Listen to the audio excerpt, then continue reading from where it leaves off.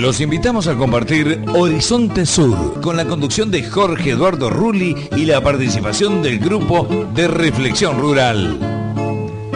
Horizonte Sur nos invita a una mirada desde la ecología sobre la política, el peronismo y los nuevos colonialismos, los modelos de las nuevas dependencias que nos colonizan, la soja, la megaminería, los agronegocios y la producción de biocombustibles. Nos desvelan las amenazas a nuestra soberanía y a nuestros patrimonios.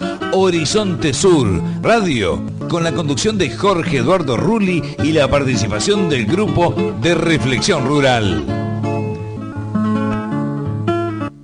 Esto es Horizonte Sur, el programa que hacemos desde hace ya más de 2 años y medio por la M690 K24 en radio, los días sábados a la hora 9.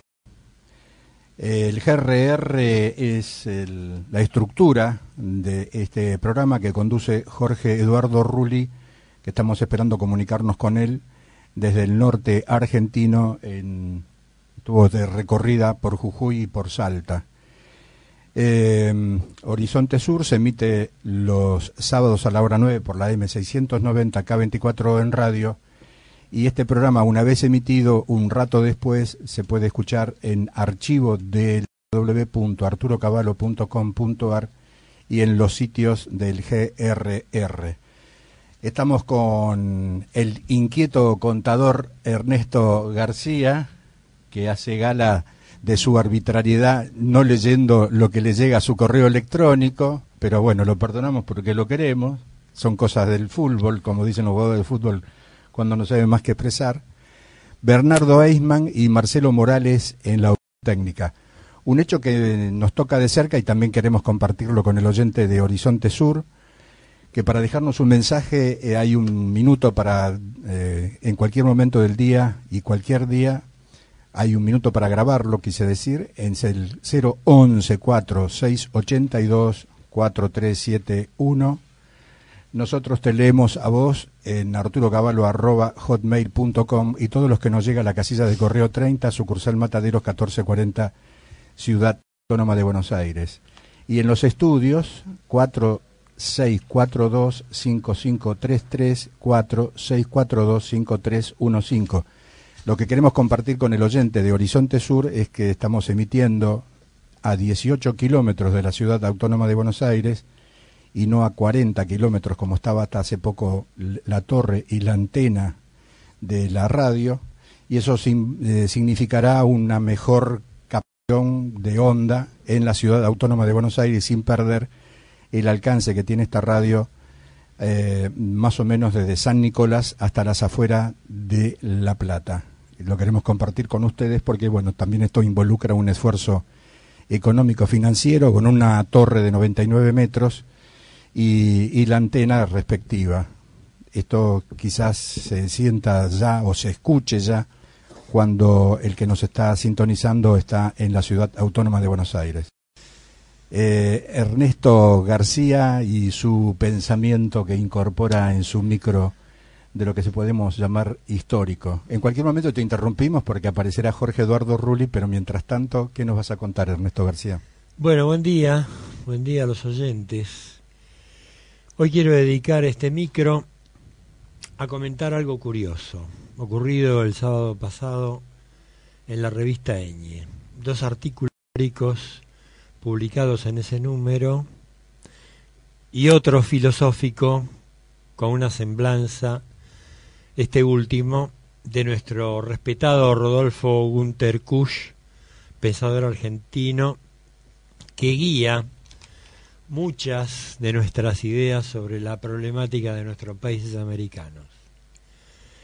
Entre estos artículos, los históricos y el filosófico, existe a mi juicio un cierto paralelismo desde ópticas diferentes y en ciertos hechos claramente opuestas. Voy a tomar 3 pensamientos de Kusch expuestos en esta semblanza. Kusch dice en su obra América Profunda, escrita en 1962, lo siguiente: es como si toda la cultura quichua respondiera a un uniforme que giraba en torno al estar en el sentido de un estar aquí, aferrado a la parcela cultivada, a la comunidad y a las fuerzas hostiles de la naturaleza. Un segundo pensamiento, incluido en su esbozo de una antropología filosófica americana de 1978, dice Kusch: la relación entre el pensar y el suelo es una resultante de una intersección entre lo geográfico y lo cultural. Hay una incidencia del suelo en el pensamiento. Todo pensamiento sufre la gravidez del suelo. Y un tercer pensamiento de nuestro admirado Kusch, en el que dice: nuestros buenos ciudadanos piensan que no es ciudad, ni prócer, ni pulcritud, es un hedor susceptible de ser exterminado. La solución para América pasa por remediar la suciedad e implementar la pulcritud. Esta oposición se torna irremediable. Dina Picotti, ahora terminados los pensamientos de Kusch, comento: Dina Picotti, celebrada estudiosa de la filosofía heideggeriana, elogia en Kusch la decisión y el coraje de ponerse a pensar desde la realidad en la que le tocó estar y vivir desde sus propias voces, tanto de la ciudad como de la campaña de nuestro país, sobre todo de la zona andina. Por ello, tuvo que pagar sus costos y ser casi ignorado por la academia. Ahora pasemos a considerar los artículos históricos.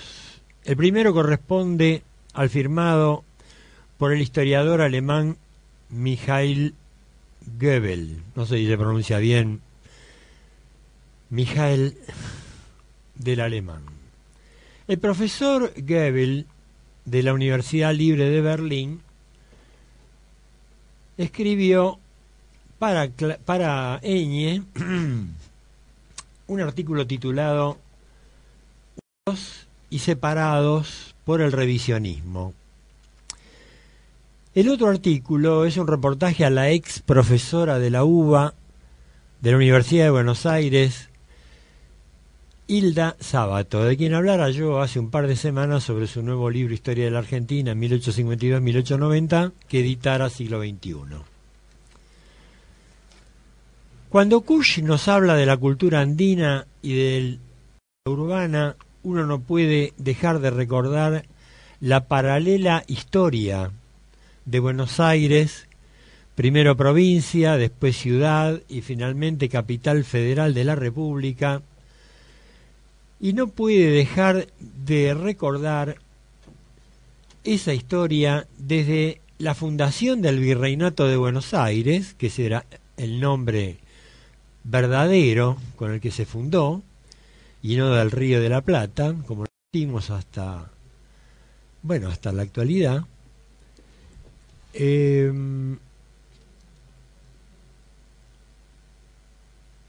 Salvo periodos del siglo XIX y del XX, excepción que no hace sino confirmar la regla de ese paralelismo y oposición entre Buenos Aires y las provincias interiores.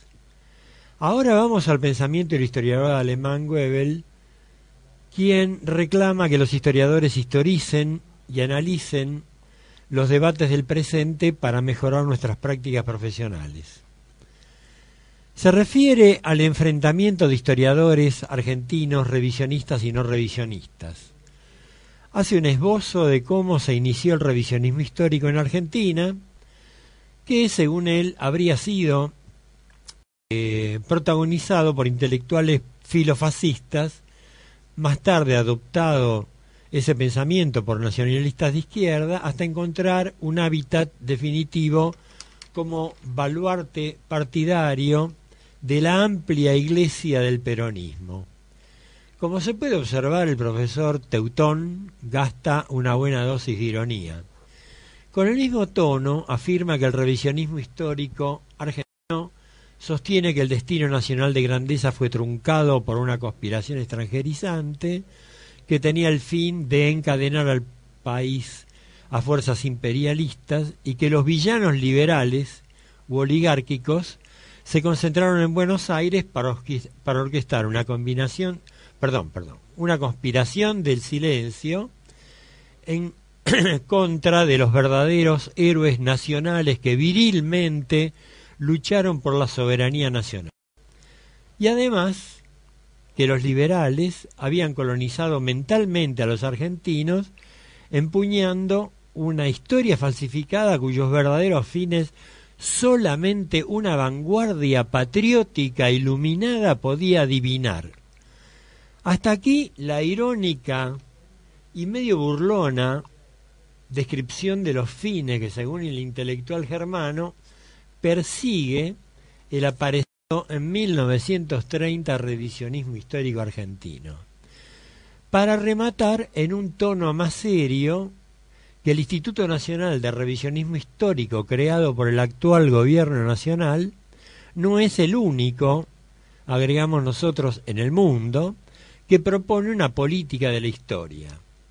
Por ejemplo, Estados Unidos hace lo mismo. Muchos historiadores argentinos califican la política histórica del actual gobierno nacional de dudosa y sospechosa. Finalmente agrega Goebbels que tales políticas oficialistas no necesariamente significan la imposición de un pensamiento único. Como según él, el revisionismo es un nacionalismo que, a pesar de que invoca la unidad nacional, postula que hay dos Argentinas, cuyas demarcaciones se basan en criterios geográficos, Buenos Aires versus interior, políticos liberales versus nacionalistas y en menor medida étnico-culturales, criollaje versus una mal definida cultura europea, finalmente nos aconseja varias cosas. Antes que nada, considera que el revisionismo es un hijo no reconocido del mitrismo, dada su referencia únicamente a la historia nacional, ya que usa la historia para construir una nación y también su nacionalismo metodológico. Opina, además, que es llamativo que los antepasados de los historiadores de ambas tendencias, así como los padres fundadores de nuestro país, hayan sido extranjeros. Por lo tanto, nos aconseja, dado lo nocivo de esta tendencia de evaluación moralista de solo estudiar la historia nacional, es que ella constriñe, y ahora les quiero relatar textualmente lo que aconseja el pensador alemán, que tal tendencia de los historiadores argentinos constriñe energías que mejor podrían utilizarse en la investigación de otros temas, sobre todo los no nacionales, y en segundo lugar afirma que los avances en las investigaciones históricas de 1983 son también cómplices de ese nacionalismo metodológico, así como aclarar que los padres fundadores eran extranjeros, cuya historia nacional por ello es bastante extranjerizante. En otro punto afirma que los intelectuales nuestros han sido y son ávidos consumidores del pensamiento internacional. Y termina, el problema mayor es que dificulta una comprensión mejor de la propia historia. También porque imposibilita distinguir entre los problemas específicamente argentinos y aquellas más globales. Y termina aconsejando: quizás una historia extranjerizante, entre comillas, esta vez como el estudio de realidades históricas no argentinas, ayude a desnaturalizar, yo pondría comillas en esto, la historia nacional para seguir comprendiéndola. Bueno, hasta acá el pensador alemán.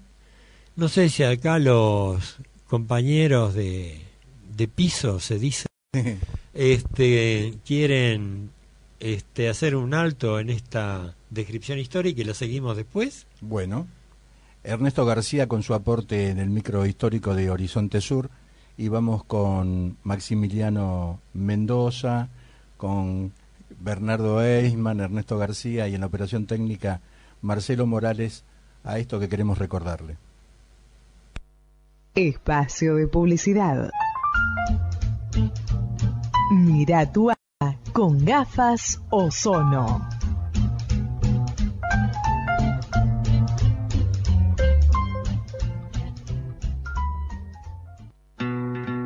Soy Arturo Cavallo y para tomar contacto con Coincidencias, el programa de Enrique Llamas de Madariaga, Denise Pesana, 011-4682-4371.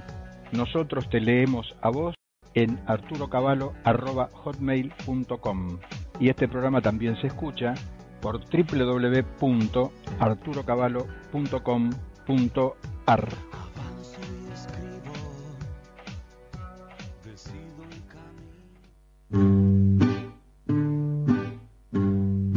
En la Comuna 9, cuando Matadero se convierte en Liniers, en la esquina de las avenidas Larrazábal y Emilio Castro, los esperan Lo de Cacho, Hugo y compañía. De parrilla, cafetería y fiestas. Facebook, Lo de Cacho, Hugo y compañía. Larrazábal y Emilio Castro.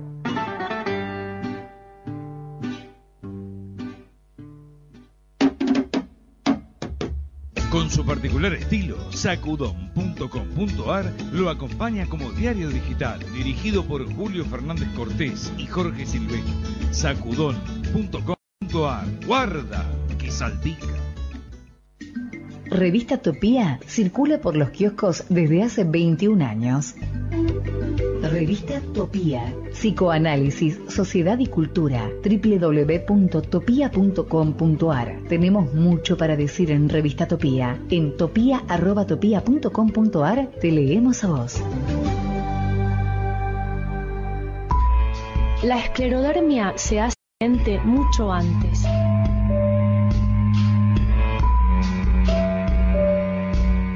Si advertís en tus manos o pies dedos blancos o azules, estás a tiempo de informarte sobre una posible esclerodermia. Consulta a tu médico.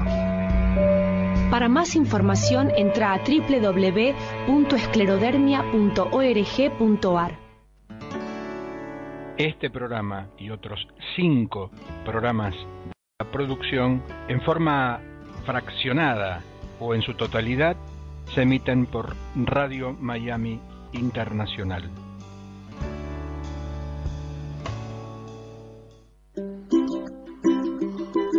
Pasaron 100 años y vos sin conocer Oriente, provincia de Buenos Aires. No te pierdas un solo día más sin disfrutar del mar y las playas de Marisol, en Oriente, provincia de Buenos Aires. Ahí te trasladará Transporte Andrés, de Andrés Colonga. Te recibirá Selva Trujillo en el Hotel Nautilus, en Santa Fe, entre Brasil y Paraguay. 02983 49 39 36 y en el mar, el único parador, Quédate Piola, Vicente, de Héctor Jan Andrea. 02983 49 39 35 y con el sol completarás el descubrimiento. Fin de espacio publicitario. Horizonte Sur, sábados a la hora 9 por AM 690 K24 en radio, FM frecuencia 0, 94.1 de Alberti, provincia de Buenos Aires. Sábados a la hora 12 por FM del Sur, 103.7 de Verónica, partido de Punta Indio, provincia de Buenos Aires. Domingos a la hora 13 por FM Cristal, 100.9 de Rauch, provincia de Buenos Aires. Domingos a la hora 18 por FM 90.7 de la Radio Pública de Marcos Paz, provincia de Buenos Aires. Jueves a la hora 12 por FM 107.9 en el Valle de Tras la Sierra, Córdoba. Se escucha también por www.arturocavallo.com.ar, www.pararelmundo.com, sitio web del GRR, www.grr.org.ar.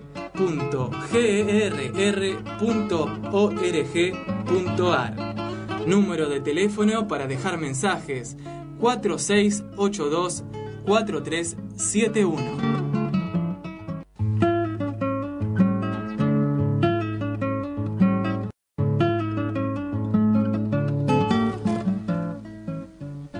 Esto es Horizonte Sur, en su 7º año, 2 años y medio en la AM 690 K24 en radio, con Ernesto García, Bernardo Eisman, Maximiliano Mendoza y en la operación técnica Marcelo Morales, y el conductor, el cofundador del GRR, Jorge Eduardo Rulli. ¿Cómo estás? ¿De qué lugar de la Argentina nos hablas? Jorge Hola. Eduardo Rulli. Hola, sí, buenos días, Arturo. Buenos días también a todos los oyentes. ¿Cómo se me escucha allí? Se te escucha perfectamente, Jorge. Mirá vos, Con lo que es la sensación de tecnología, presencia, porque yo Rulli. estoy gritando bastante, estoy bastante lejos. Bastante lejos de Mataderos. Estoy hablando desde San Salvador de Jujuy, en la casa de nuestro amigo Fernando Robelli. Pero en principio me gustaría hablar de la situación de la semana. ¿Está allí Maximiliano también? Sí, acabo de saludarte. ¿Cómo estás? Buenos días. Bueno, he estado pensando en estos días cómo debían sentirse los oyentes de Horizonte Sur, cuando habíamos todos los amigos de la Alameda hablando de la trata, cómo estarían reaccionando ellos, y mi propio estupor ante las noticias del modo en que fueron liberados estos presuntos proxenetas en la provincia de Tucumán en el juicio por la desaparición y la esclavización sexual de Marita Verón. Realmente a mí me afectó mucho, creo que es la noticia más importante de la semana, por lo horrible, por los contenidos de injusticia espantosa que contienen, ¿no? Y pienso también en las 700 muchachas desaparecidas que estaban por detrás como sombras, por detrás de Susana Trimarco, por detrás de sus abogados, respaldando esta lucha en espera de alguna justicia, ¿no? En un país donde los derechos han quedado definitivamente relegados a los años 70, y donde parecen regir cada día más injusticias atroces en la vida cotidiana que no se quieren ver desde el lugar en que se conduce la República, no se quieren ver desde Puerto Madero, no interesa verlos desde el mundo de los negocios que rigen la política.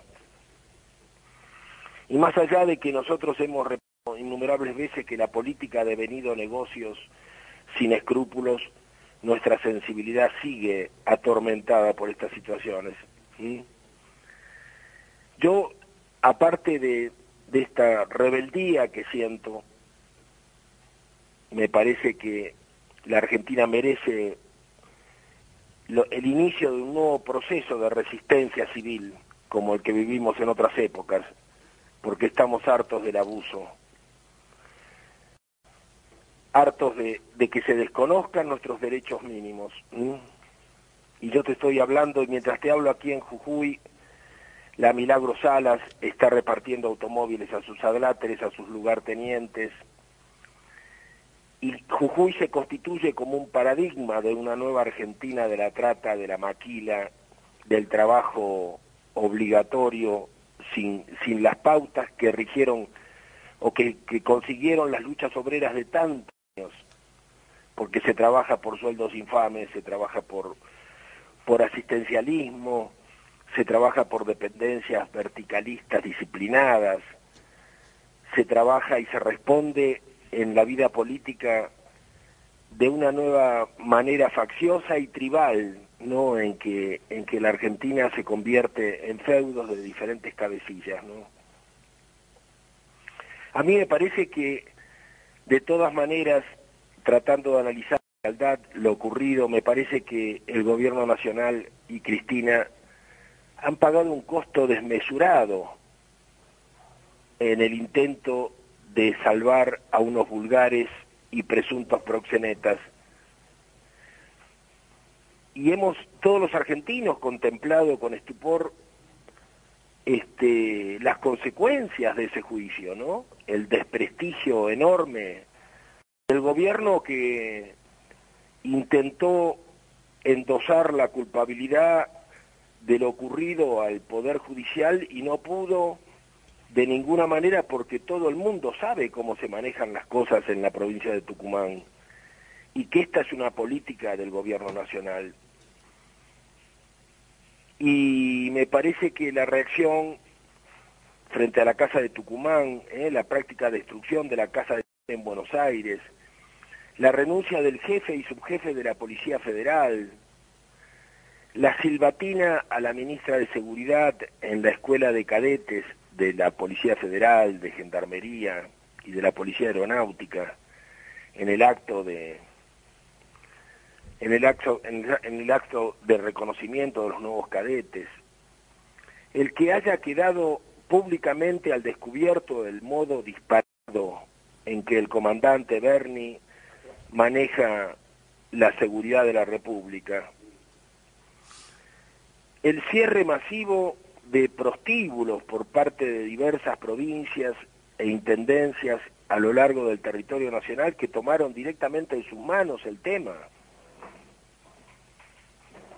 así como el intendente de Echeverría demuele las casas donde se trafica droga. O sea, ya hay gente que está tomando la iniciativa por su cuenta en la medida en que se da cuenta que no van a venir otras directivas del gobierno nacional porque hay otros intereses en juegos. Y por último, la noticia de los diarios de hoy es la franca posibilidad de que en las elecciones del Senado en febrero próximo se la saque a la Beatriz Roike de la sucesión presidencial, como consecuencia de sus penosas declaraciones que más expresan la experiencia de una madame que de una senadora, ¿no? Para vergüenza de todos los argentinos y parece también que para algunos de sus colegas en el Senado. Y en este sentido, Maximiliano, yo quería recordar algo que vos me contaste, y es que en la página de la DAC aparece, en esos días que Beatriz Roike se hizo cargo del gobierno de la República, que se celebraba que era la primera presidente de la colectividad judía que había llegado a ese nivel de mando, ¿no? Yo quería señalarte algunos datos.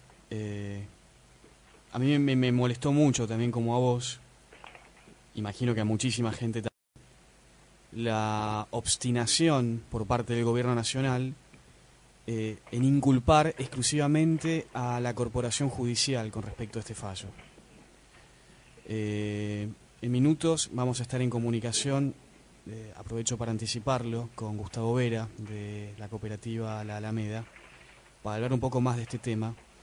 Pero yo nací en Tucumán, tengo muchos amigos, estuve mucho tiempo, y es de público conocimiento que los hermanos Sale manejan no solamente el proxenetismo, sino también los juegos de azar, tienen muchos boliches, vinculaciones con el narcotráfico, y además manejan una flota de remises, que prácticamente es un ejército, de aproximadamente 5.000 unidades. Y recuerdo que en la campaña presidencial del año 3, cuando se debatían la fórmula de Néstor Kirchner y Scioli versus la de Menem y Juan Carlos Romero, los hermanos Sale habían organizado el acto para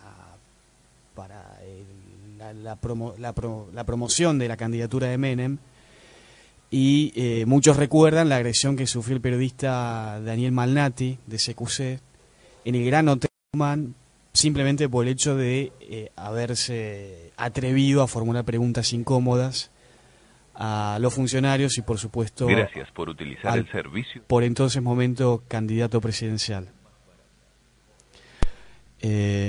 Parece que perdimos contacto con Jorge.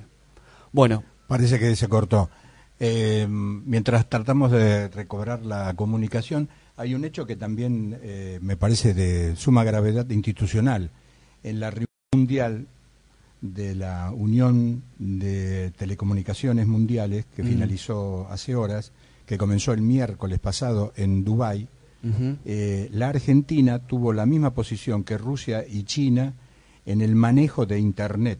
Es decir, la propuesta, el documento final que no se pudo lograr, porque hubo gran disidencia y entre los disidentes estaba nada más y nada menos que Estados Unidos, pero en el mientras tanto vale la pena evaluar que nuestro gobierno adhiere al control de Internet.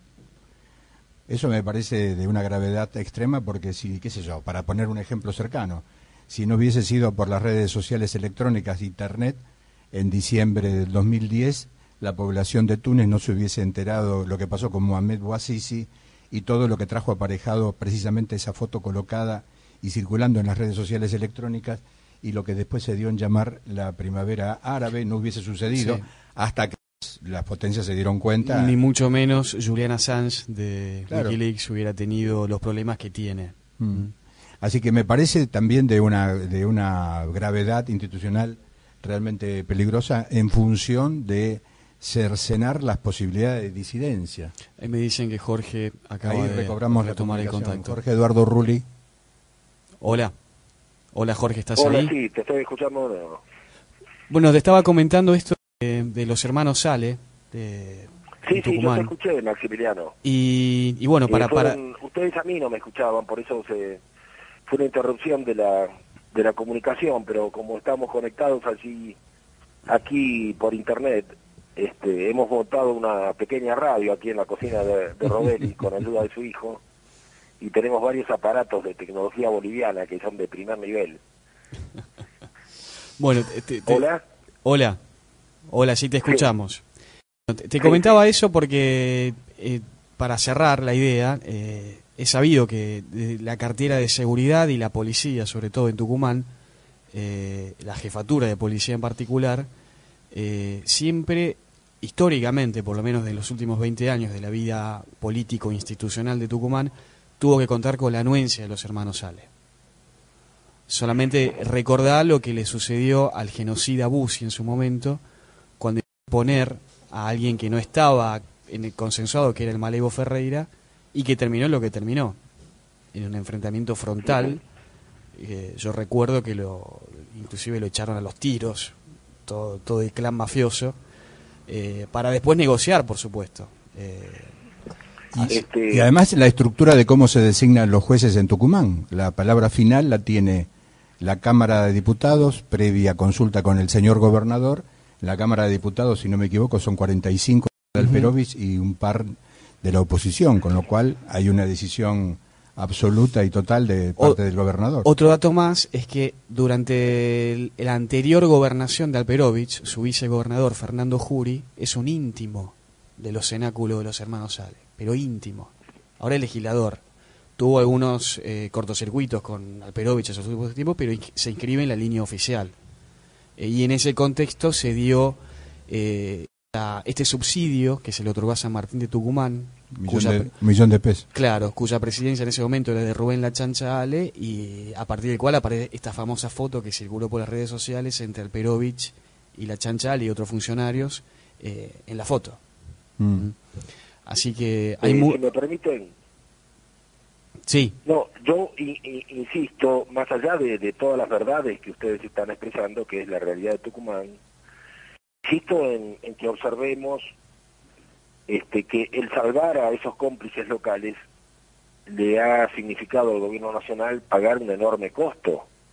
Dentro de estos costos, el menor no es que los argentinos hoy, que pensábamos que la Submidal había desaparecido en la época creo que de Hipólito Yrigoyen, hoy nos damos cuenta y tomamos conciencia que la Submidal, o sea, aquella antigua mafia, sigue existiendo, por lo menos en Tucumán y en muchas de las provincias del norte, que es una realidad incontrastable.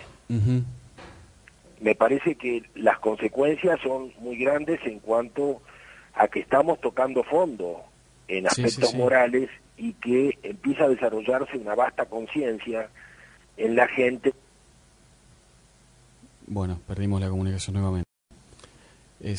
Bueno. Hay un inconveniente técnico de vuelta telefónico con Jorge Eduardo Rulli, que está en Jujuy. Seguimos en Horizonte Sur y apuntes de Maximiliano Mendoza. No, para cerrar este tema, lo que les comentaba con respecto a los SALE, había yo tenía un amigo cuyo padre, ya había fallecido y había trabajado en su momento con los SALE en Tucumán, inclusive en forma asociada, y que lamentablemente por un cáncer terminó falleciendo y demás.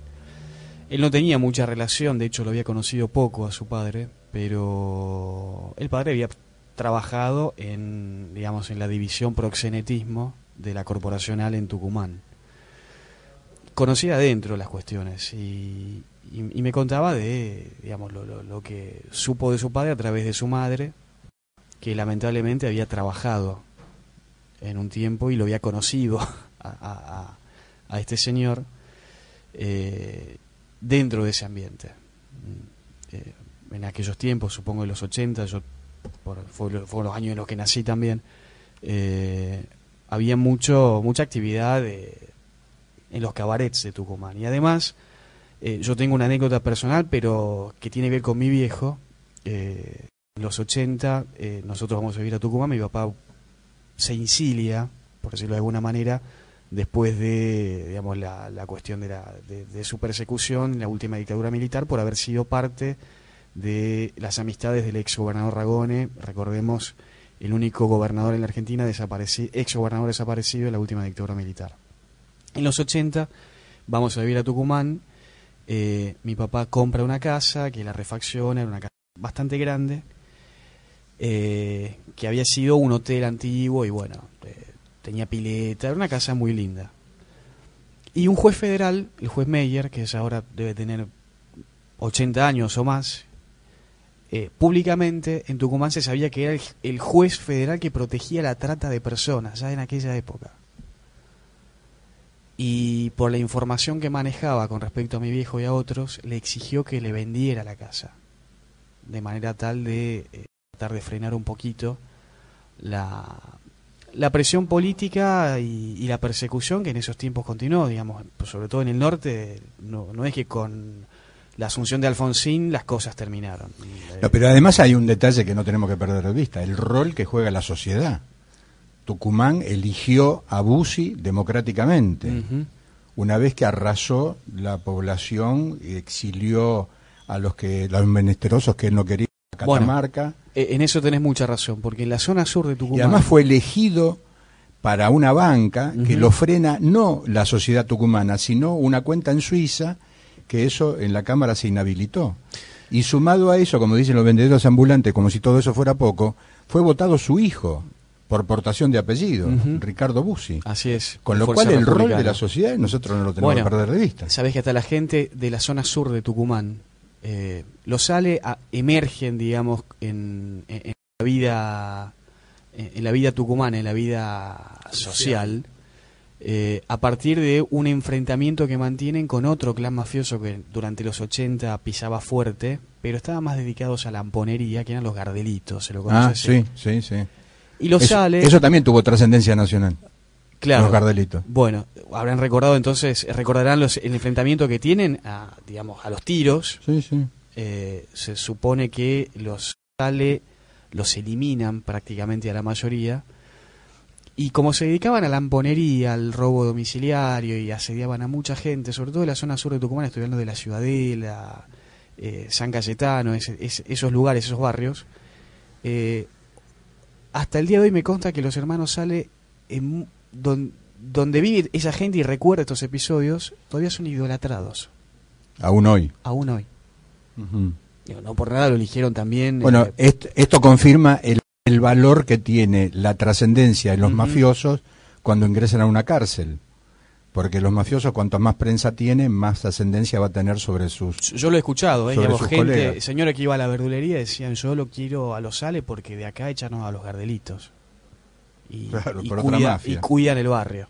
Una mafia reemplaza a otra. Digo, como para sumar a esto que vos dijiste, ¿no? Del rol que juega la sociedad en este tipo de cuestiones. Además, en el argot policial, me corrijo, en el argot penitenciario existe el antecedente de los que después se convierten, perdón por la palabra que voy a decir, en poronga, porque son los líderes de grupo de los presos.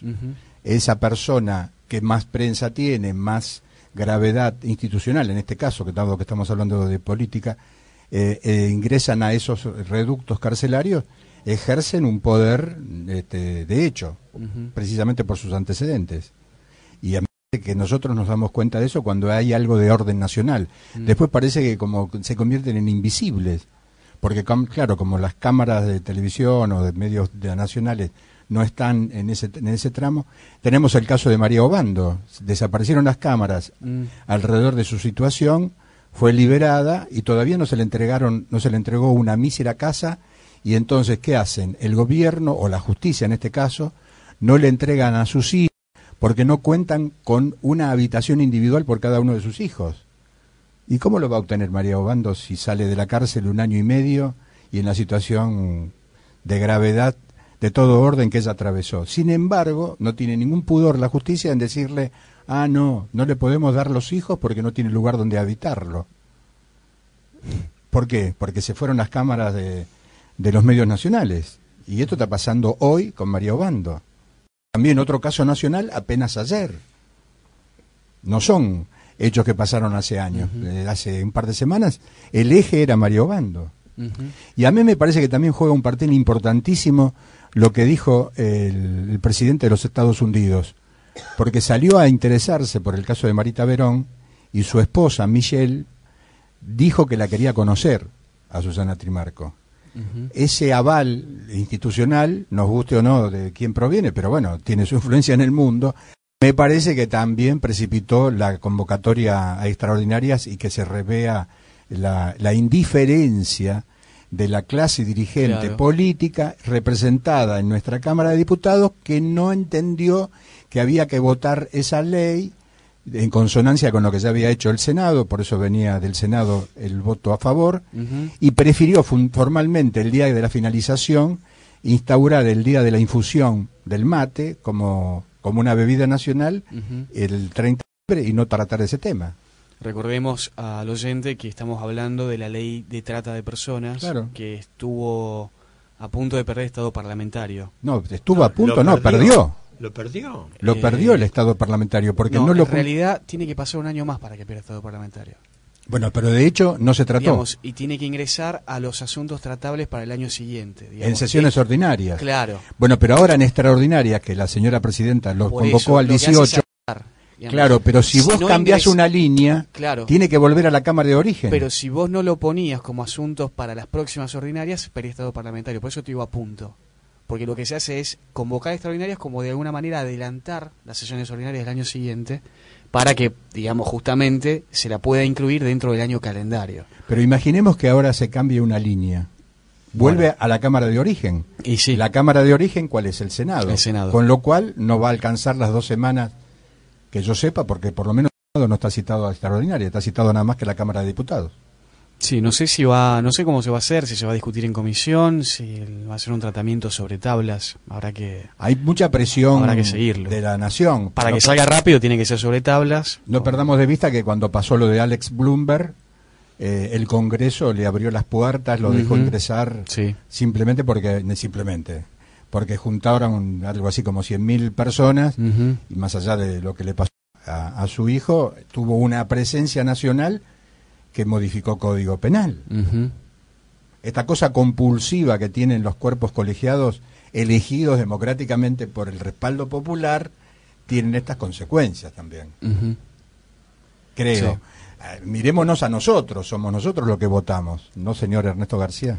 Yo, si me permiten... está permitido, está habilitado. Si me permiten, quiero hacer una especie de pasar un chivo. En el Centro Psicoanalítico Argentino, a partir del 15 de febrero, el profesor de filosofía Ricardo Álvarez va a dar un ciclo de, no sé si 4 o 6 charlas, acerca del concepto democracia.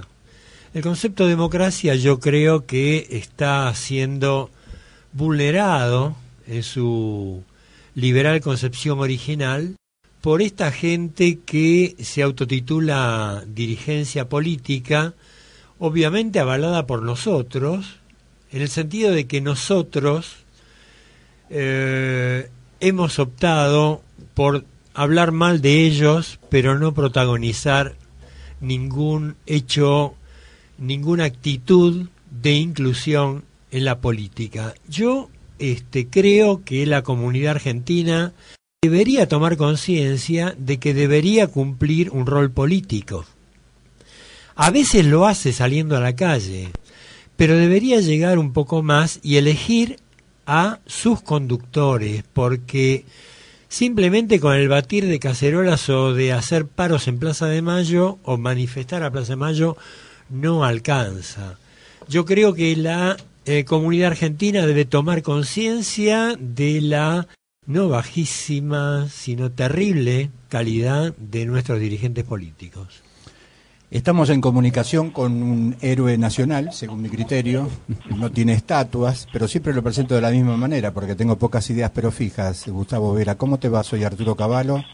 Estamos con Maximiliano Mendoza, Ernesto García, Bernardo Eisman y Marcelo Morales en la M690 K24. Hola, ¿qué tal? Buenos días, ¿cómo están? ¿Qué haces, Gustavo? Hola, Gustavo. ¿Nos escuchás bien? Hola.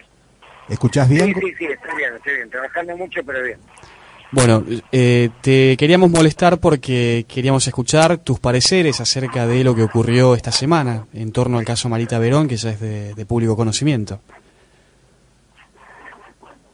Bueno, a ver, primero lo que respecta estrictamente al fallo. Bueno, un fallo que indigna, que conmueve, pero a los que hace mucho tiempo venimos luchando contra la mafia no nos sorprende. No nos sorprende porque hay otros fallos impunes, también bastante similares, que quizás no tuvieron la misma repercusión mediática, otros sí, como por ejemplo el caso Martins, y que terminaron después en la nada, a pesar de que los elementos probatorios que había eran gigantescos.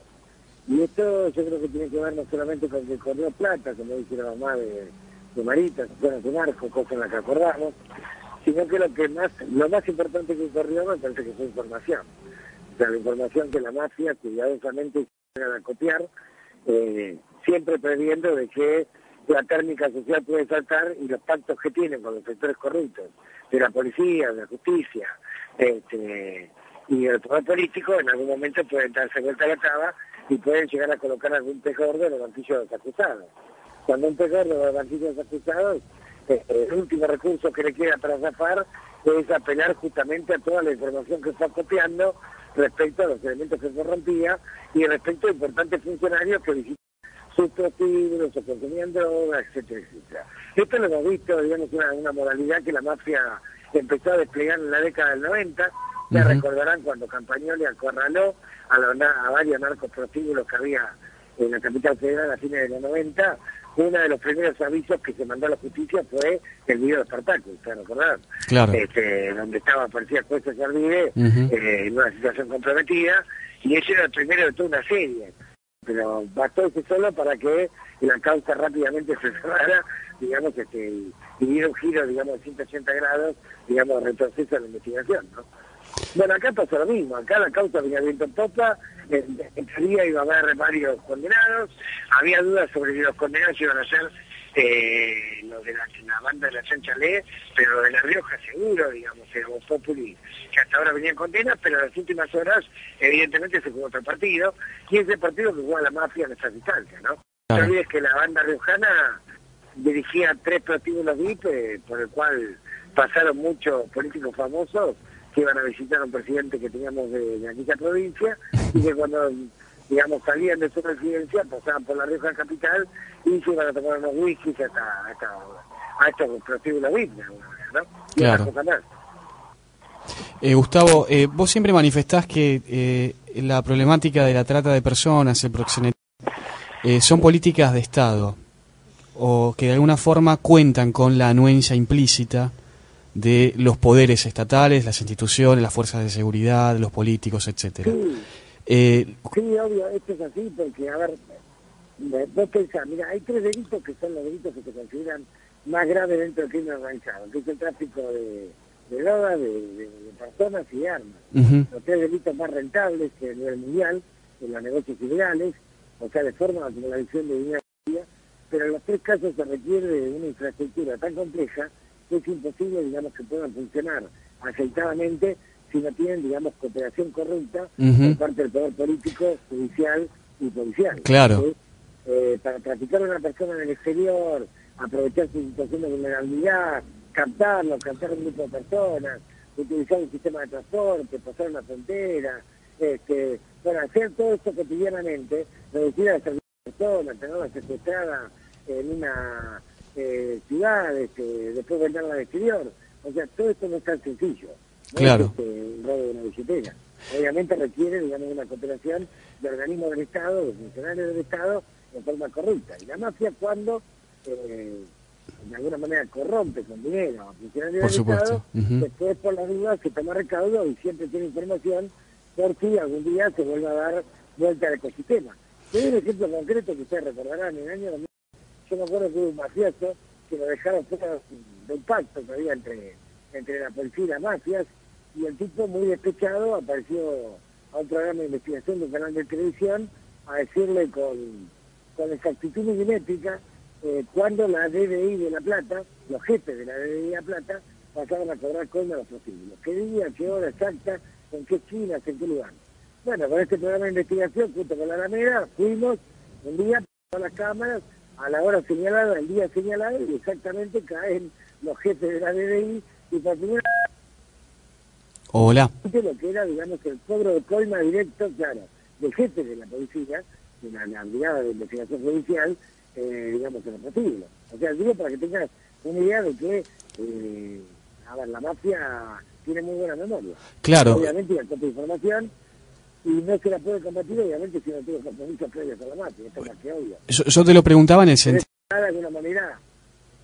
¿Cómo? Sí, te lo preguntaba esto, de lo que estás relatando en función de la anuencia de los poderes del Estado para el crimen organizado, porque nos resulta llamativo, en realidad en mi caso particular me resulta comprensible, pero resulta llamativo este esfuerzo denodado del Gobierno Nacional y los medios de comunicación que le son afines para instalar la tesis de que el Marita Verón tiene que ver exclusivamente con la corporación judicial y que está allí el origen del problema. No, es ridículo, a ver. No, esto es absolutamente ridículo. Chile sabe en Tucumán que Amperovi designó a dedo a los jueces y que, digamos, esa provincia funciona con una estructura feudal. Por otra parte, las relaciones de la Agencia de Ley con el poder político y judicial no son nuevas, vienen de hace muchísimos años. Son las mismas relaciones que tiene cualquier presidente o directivo de un club de fútbol importante, que además se lo encuentra a veces habitualmente en actividades mafiosas, ¿no? En el caso de la banda D tuvo varias causas por narcotráfico, o sea que tiene muy aceptados los mecanismos de conversación con jueces y políticos, y bueno, es imposible, digamos, que en la clase política tucumana, por el tamaño, por el nivel de verticalidad que tiene, por el nivel de feudalidad de las relaciones, no pudo haber estado al tanto de lo que estaba pasando con ese fallo. Vos imaginate que si en este país se sabe 48 horas antes ya la Corte Suprema de Justicia, ¿cómo no va a saber el poder político lo que va a fallar 3 horas antes, un día antes, un tribunal de pueblo? Lo que se venía barajando es que iba a haber una condena, concretamente a los riojanos, quizás alguna, digamos, a algunos tucumanos, a algunos iban a quedar sueltos, iba a ser un fallo polémico, pero no absolutamente injusto, ¿sí? Esto era lo que en la previa de alguna manera se barajaba. ¿Qué pasó entre esa previa que se barajaba y la realidad? Sí, la realidad. De la policía se lo encuentra con una escucha telefónica muy clara, donde aparece asociado a los carteles del narcotráfico y la trata de personas, desaparece misteriosamente 3 días, y una purga que prometía ser masiva se termina convirtiendo en una purga absolutamente lilipitense. Toda la estructura del cuadro policial que manejaba Toñoli, que obviamente también está infectada, pues está infectada la cabeza, ni hablar de la estructura de cuadros, todavía sigue en funciones. Gustavo Vera, tenemos mucho tu participación en Horizonte Sur. No, por favor, gracias a ustedes. Y el gran reconocimiento que hacen con la Alameda. Gracias. Lo que vale la pena recalcar desde mi óptica es cómo el país está en estado asambleario, volviendo al tema de la democracia, y nuestros representantes, que según la Constitución Nacional nosotros gobernamos a través de nuestros representantes, cuando los representantes se niegan a legislar, por ejemplo, derivándole al Poder Ejecutivo en los últimos 9 años la ley de emergencia económica, muchos se olvidan que nosotros estamos en ley de emergencia económica desde que asumió Néstor Carlos Kirchner, claro. Con lo cual el poder de la ley de emergencia económica habilita el cambio de manejos de fondos, de partidas asignadas en la ley de presupuesto, ni más ni menos. Y está vigente también la ley de reforma del Estado, del menemismo. Exacto. La que diseñó Dromi. Por lo tanto, aquello que no hacen nuestros legisladores, votados por el respaldo popular, lo terminan haciendo los ciudadanos que se agrupan en asambleas. Me repito en este concepto que por lo menos es mío, estado asambleario vive la Argentina. ¿Por qué? Porque aquellos que los dueños del poder no hacen, lo terminan haciendo grupos como la Alameda. Gustavo Vera es maestro de escuela de una escuela en Villa Lugano. Así es. Maestro de escuela. Con su grupo tomaron en su momento, en el 2001-2002, La Ochava, el bar que está en la avenida La Carra y Directorio. Eso se hizo público, se hizo un centro cultural. La legislatura le asignó el lugar que había sido abandonado previo a la toma, y el progresista de don Aníbal Ibarra, a quien voté entre paréntesis, por eso me asiste el doble derecho de criticarlo como ciudadano y además como votante, vetó esa adjudicación a la Alameda. La Alameda ya estaba dando algo así como más de 100 personas de comer. Ahora a su frente está Tamara. Eso después se convirtió en un emblema que pasaron a ser una fundación, lo que es hoy, con Mario Ganora, abogado, y es la Fundación Alameda. Y además se armaron con el INTI, en una combinación, en un taller en blanco, donde trabajan personas en blanco, generando trabajo genuino en blanco y haciendo lo mismo que hacen los trabajadores esclavos en talleres esclavos. Esto como historial de una asamblea de las tantas. En esto también estuvieron los cartoneros en las denuncias a los burdeles y a los prostíbulos, el movimiento de trabajadores excluidos. Es decir, lo que menos tienen terminan reemplazando a los supuestos dueños de la moral pública. En esto de las denuncias también estuvo el grupo OIR con Hernán Poggi, hombre también de nuestra casa, que tenemos un programa con él en Vélez a Fondo, en todo lo que tiene que ver con las denuncias de los prostíbulos y de la trata en la Comuna 9, que integra Parque Avellaneda, Mataderos Liniers, y en esto también está tantas otras organizaciones que arbitrariamente uno quizás se olvida y no las menciona, pero que son lo que forman el Estado asambleario. Y en esto también está el GRR, el Grupo de Reflexión Rural, que sale a proponer, no solamente a criticar, a armar ponencias, a recorrer el país con argumentaciones, exponiendo todo el tiempo, poniendo el pellejo, poniendo el cuerpo, y tantas otras organizaciones que en estado asambleario a lo largo y a lo ancho de la Argentina pelean por sus causas y curiosamente contra el Estado representado por los intendentes, por los gobernadores y por el gobierno nacional en las políticas extractivas, para poner un solo ejemplo sumado a todos los que puse. Recordemos que el Grupo de Reflexión Rural estuvo recorriendo durante esta semana el norte argentino, Salta y bueno, hoy Jujuy. Se realizó ayer un taller de ecología en la Biblioteca Provincial de la provincia de Salta, en la ciudad capital, con una muy buena audiencia. Fueron entrevistados por varias radios, varios medios de comunicación locales. Y esta tarde, me olvidaba, también se dio un taller de ecología en Jujuy el miércoles. El galpón de la Topaz Catari, la organización que lidera Carlos el Perro Santillán. Y esta tarde, nuevamente en Jujuy, en el Centro Cultural Héctor Tizón, se va a estar presentando el documental Hombre de Viendo Luz, de Jorge Falcone, el documental que refleja la vida y la obra de Rodolfo Kusch, con la presencia de Jorge Rulli, de Fernando Robelli, de Jorge Falcone y nuevamente de Carlos el Perro Santillán. Como para, digamos, ilustrar un poquito esto que mencionabas de la actividad del grupo a nivel nacional, recorriendo muchas zonas.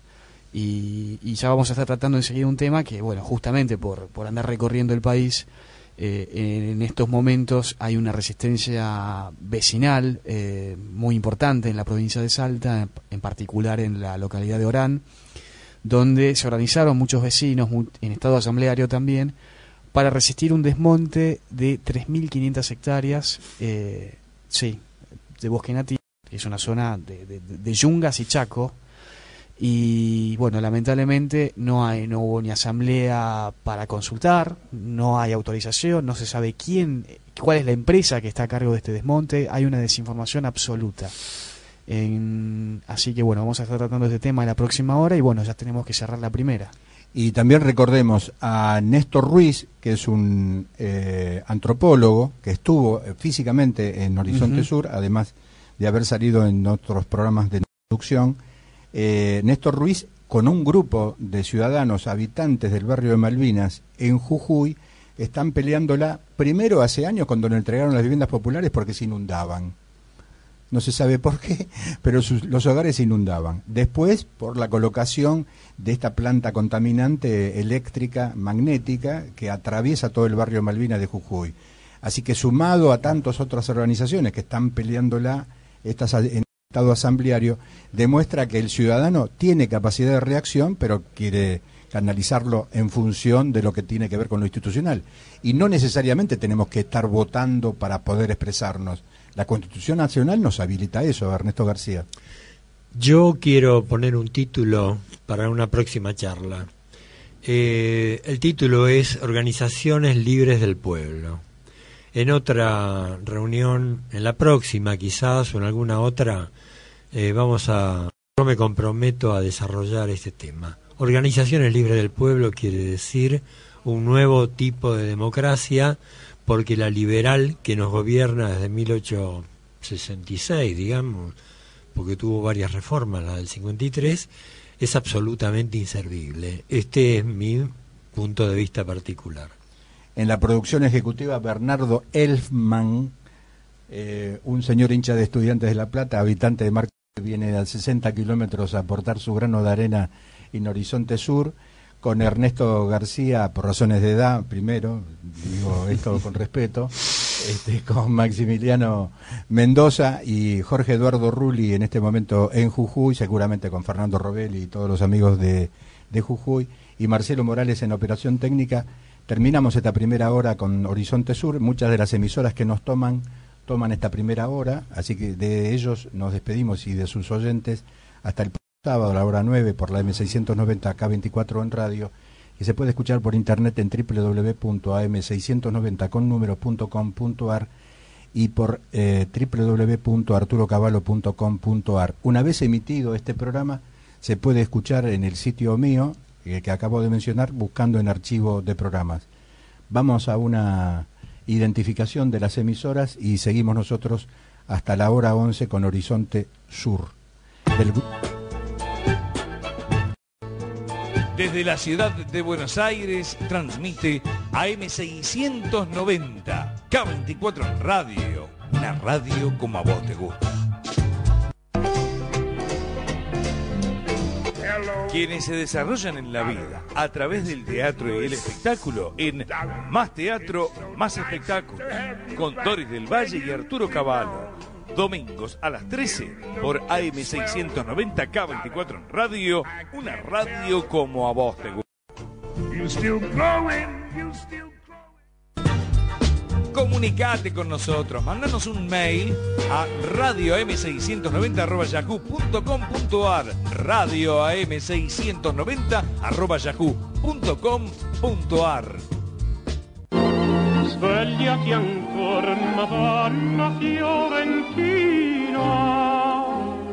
Las mañanas del domingo en AM690 son al uso nostro. De 9 a 13 llega Antonio Chiato para compartir Ricordi d'Italia, un magazine de noticias, música e información para la gran comunidad ítalo-argentina en nuestro país.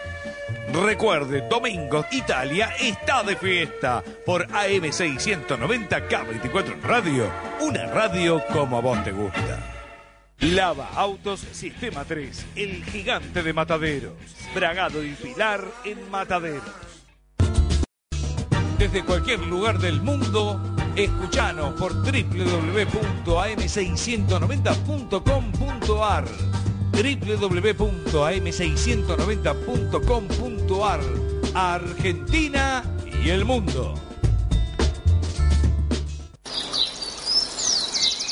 La naturaleza te llama. Hacete una escapada a las cataratas. Apart Hotel Terra Iguazú. Departamentos totalmente equipados. Aire acondicionado, cama, desayuno y wifi. Espacio de quincho con parrilla y piscina. Terra Iguazú, tu lugar en cataratas. Consultas y reservas al 03757 421 931. 03757 421 931. O en nuestra web www.terraiguazú.com. Tiempo suplementario. El mejor resumen del fútbol del fin de semana en tiempo suplementario. Recuerdos y la información más importante del mundo del deporte en tiempo suplementario. Con la conducción de Fernando La Sala y Héctor Caruso por K24 Radio AM690, una radio como a vos te gusta.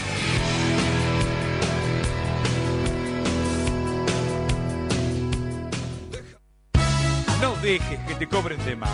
Si necesitas un enrique, vení a Larrazábal, esquina Schmidel, o llama al 4644-6730. Trabajos de primera calidad y garantizados. 4644-6730. Orgullo de su mamá. El niño creció en su casa, el adolescente quiere asomar. Nuevos números telefónicos para comunicarte con AM690 K24 en radio. 4642-5533 y 4642-5315. 4642-5533 y 4642-5315. Nuevos medios de comunicación de K24 en radio, AM690, una radio como a vos te gusta. Addio bei giorni passati, mia piccola amica ti devo lasciare. Todos los domingos de 8 a 9, Días Italianas. Una realización de Antonio Faná Producciones. La voz de Estela Montes y la conducción de Tony Pescara. Domingos de 8 a 9, Melodías Italianas. Por K24 Radio AM690. Una radio como a vos te gusta. Ricordi quelle sere che ti stringeva sul cuore. La ciudad de Buenos Aires transmite AM690. K24 en radio. Una radio como a vos te gusta.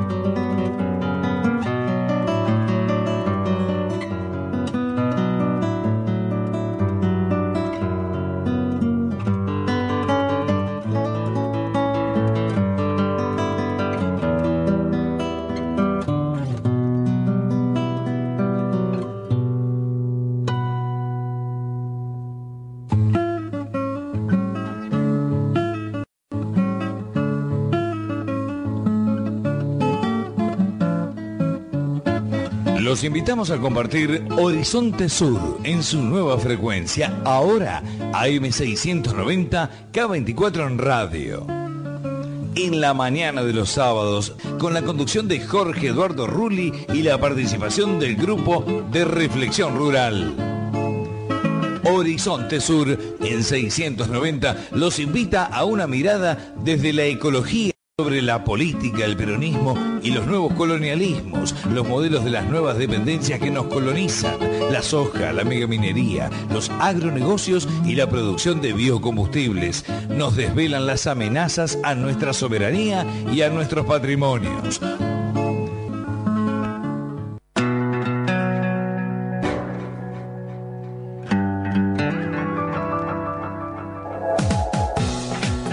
En la 690 K24 en radio buscamos las coincidencias. Enrique Llamas de Madariaga y Denis Pesana conducen Coincidencias de lunes a viernes de 9 a 11 con la participación de Arturo Cavallo.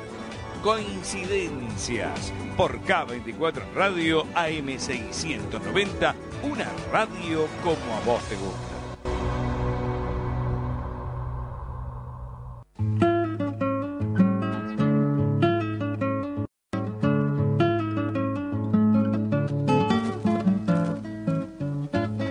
Como dice Tomás Errico en las presentaciones de Horizonte Sur, estamos en la emisión de los sábados a la hora 9 por la M690 K24 en radio, en distintas emisoras de provincias, y entramos de este programa, también se emiten por Radio Miami Internacional, la emisora que conduce Agustín Guni, donde también ha salido en charlas que hemos mantenido de A3 con Jorge Eduardo Rulli, el cofundador del grupo de Reflexión Rural.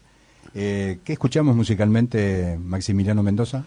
Enigma, un tema, un solo de guitarra de Luis Alberto Ávila, bueno, que tengo que decirlo, es mi primo además. Así que... ¿Pero vos lo elegiste por ser tu primo o por ser bueno? No, porque es un lindo tema. Y porque además está compuesto en un álbum que se hizo hace mucho tiempo ya con el hijo de Juan Botelli, el que tocaba con el Cuchi Leguizamón, música y poesía de Salta, a propósito del viaje de los muchachos por el norte. Al Cuchi Leguizamón yo lo produje en discos, en los RPM, en la época de los vinilos, junto con el dúo salteño. Estamos con Fernando Robelli, integrante del grupo de Reflexión Rural en Jujuy. También está ahí Jorge Eduardo Rulli, nuestro habitual conductor de todos los sábados de este espacio. ¿Cómo te va, Fernando Robelli? Acá Ernesto García, Maximiliano Mendoza, Bernardo Elfman, te saludamos. ¿Cómo te va? Hola, buenos días. ¿Cómo están ustedes allá, amigos? Muy bien, Fernando. Aquí nosotros, desde esta Argentina profunda, con la tremenda alegría de tenerlo a Jorge Eduardo Rulli en casa, entre amigos, conversando, tomando mate, charlando, viendo fundamentalmente el entorno maravilloso que nos rodea, de esas montañas mágicas de Jujuy, de esa vegetación de las yungas, que de alguna manera en el día de hoy, con todo lo que ustedes han hablado y lo que dijo Jorge, también hace falta recomponer el espíritu, respirar profundo y pensar que son muchos los caminos que se abren para una humanidad agobiada y para una Argentina en los últimos estertores de la colonialidad impuesta. Y a partir de eso fue que la presencia de Jorge Rulli acá y de los compañeros del grupo de Reflexión Rural nos ha llevado a una intensa tarea desde el día jueves. Hemos estado en principio haciendo un extraordinario taller de ecología aquí en Jujuy. Luego hemos estado ayer todo el día en la provincia de Salta, más exactamente en la ciudad de Salta, también con otros compañeros de la ciudad y de la provincia, haciendo nuevamente otro taller de ecología, y hoy estamos acá, en la radio. Tarde vamos a asistir a la presentación por primera vez en Jujuy del documental sobre la vida del inolvidable maestro Rodolfo Kusch, Hombre bebiendo luz, de nuestro amigo Jorge Falcone. El comentario general es que estamos muy contentos porque ha sido una gimnasia reconfortante ver cómo las personas, los seres humanos, van respondiendo a los condicionamientos de la vida propia de la contemporaneidad. Y en ese sentido, el taller que hicimos en Jujuy, queremos no olvidarnos y agradecer la hospitalidad del movimiento Tupac Katari que lidera aquí en el norte Carlos Santillán, que gentilmente nos cedió con absoluta libertad su espacio en los galpones recuperados de la vieja estación de Jujuy, un lugar maravilloso que todavía recuerda las antiguas estaciones de los ingleses, ¿no?, de allá de principios del siglo XIX, del siglo XX. En ese lugar, un ámbito muy lindo, muy cerca de la Plaza Central de Jujuy, quedamos asombrados por la cantidad de compañeros y de gente de diferentes lugares de la provincia que prestaron su presencia y también su voz, porque luego de la meditada y profunda exposición que hizo Jorge Rulli acerca de las nuevas los nuevos caminos de la ecología y las luchas contra estos modelos extractivos, muchos de ellos, de Quebrada, de Puna, de los valles, pudieron expresar su pensamiento y fundamentalmente pudieron hablar de aquello que los acucia, de los problemas concretos y reales de la vida acá en el norte argentino. En ese sentido, el debate fue muy rico, fue muy intenso, fue conmovedor, hasta que las lágrimas quizás de algún compañero. Hemos sumado gente maravillosa, gente pensante, pero mucho más gente que siente. Y aquellos que sienten son los que cambian el mundo. Fernando, ¿y en Salta cómo les fue? Bien, en Salta estuvimos ayer, también recordando, no sé por qué motivo, la vieja Salta colonial. Una recurrencia que a nosotros que vivimos hace muchos años en Salta, en otras circunstancias diferentes de la historia a la que hoy vivimos, volver a Salta siempre es recomponer ese lazo cultural con la presencia inminente de una cultura que no termina por resolverse, pero que también en esa emergencia muestra sus mejores cosas. Y allí nos encontramos en la Casa de los Amigos de la Biblioteca Provincial, en el Boulevard Sarmiento, un hermoso edificio renovado, que por suerte de esas cosas de la historia, hoy está en la coordinación de esa biblioteca un viejo amigo y compañero que es el Gori Caro Figueroa, un estudioso de la historia argentina y bibliotecario. Tiene una maravilla que yo he logrado, gracias a Dios tuve la oportunidad de conocer, una maravillosa biblioteca en su casa como propiedad, donde va incorporando increíble cantidad de libros, revistas y documentación. Y además un compañero que se ha dedicado mucho al estudio de las antiguas expresiones periodísticas del peronismo. Bueno, en ese ámbito tan interesante de una biblioteca, donde concurre muchísima gente a estudiar, nos cedieron un lugar maravilloso donde pude estar con muchos compañeros. Y también allí se produjo el mismo fenómeno que en Jujuy. Fueron apareciendo gentes de diversos lugares y de diversas extracciones y profesiones, y esto enriqueció el debate y el diálogo. En el mismo sentido, el taller comenzó con una exposición sobre lo que nosotros llamábamos, como le pusimos por título, porque estábamos allí pisando ese suelo, resistir desde la tierra misma. Ese fue el nombre del taller en Jujuy como en Salta. Quizás recuperando esos viejos pensamientos cuchianos, esos viejos pensamientos de Rodolfo, que todavía hoy no tienen una respuesta necesaria, y que son solamente eso, indagaciones sobre la vida misma, sobre la existencia de los hombres sobre la tierra. Este título del taller fue muy consecuente con el lugar donde estábamos. Allí en Salta también, luego de una exposición sobre las consecuencias de la globalidad, dictada por Jorge Rulli, con un debate también donde participaron todos, donde los minutos fueron pasando y nadie quería levantarse de su sitio. Distribuimos un material impreso sobre algunos documentos del grupo de reflexión rural e intentamos lograr una armonía necesaria, intentamos lograr darle continuidad a estas esporádicas visitas nuestras que por cuestiones ya de distancia y de que los huesos en estos momentos nos duelen como no nos dolían antes, pero sabemos que son muchos los jóvenes que se van incorporando. El GRR tiene una presencia importante, concreta, en el pensamiento de muchísima gente acá en el norte. Somos una referencia como grupo de reflexión, como grupo de debate, como grupo que permite cuestionar las actuales lógicas de un pensamiento que pareciera monolítico y único, y desde ese lugar somos muy valorados. Y tener acá a Jorge Rulli ha sido también una apertura mental maravillosa para comprender desde la corporidad misma de las luchas militantes las cosas que podemos todavía hacer y lo que podemos dar. Fernando Robelli en comunicación con nosotros desde Jujuy, con Jorge Rulli allí y los amigos del Grupo de Reflexión Rural. Te quería preguntar acerca de la presentación de esta tarde. Yo personalmente he tratado de buscar material disponible en las redes sociales y en internet acerca de las repercusiones de este documental y la verdad que son bastantes. Y bueno, quería preguntarte, porque todavía no se había dado la oportunidad de preguntártelo, acerca de, digamos, cómo... Mira, voy a recapitular para que se entienda mejor la pregunta. Sí, en el documental vos planteas que tu deseo es que esta película dirigida por Jorge Falcone, y el documental sobre Rodolfo Kusch, que de alguna manera intente reparar la deuda que tienen los argentinos con respecto a su legado.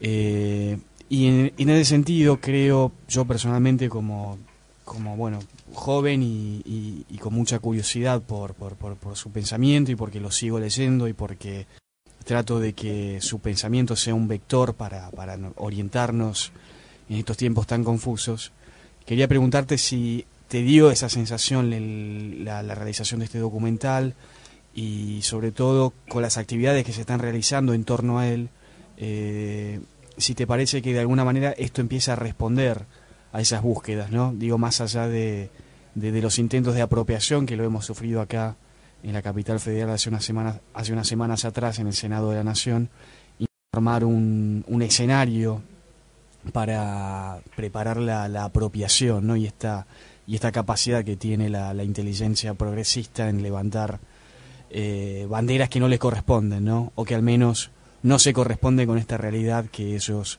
también se encargan de diseñar a partir del discurso.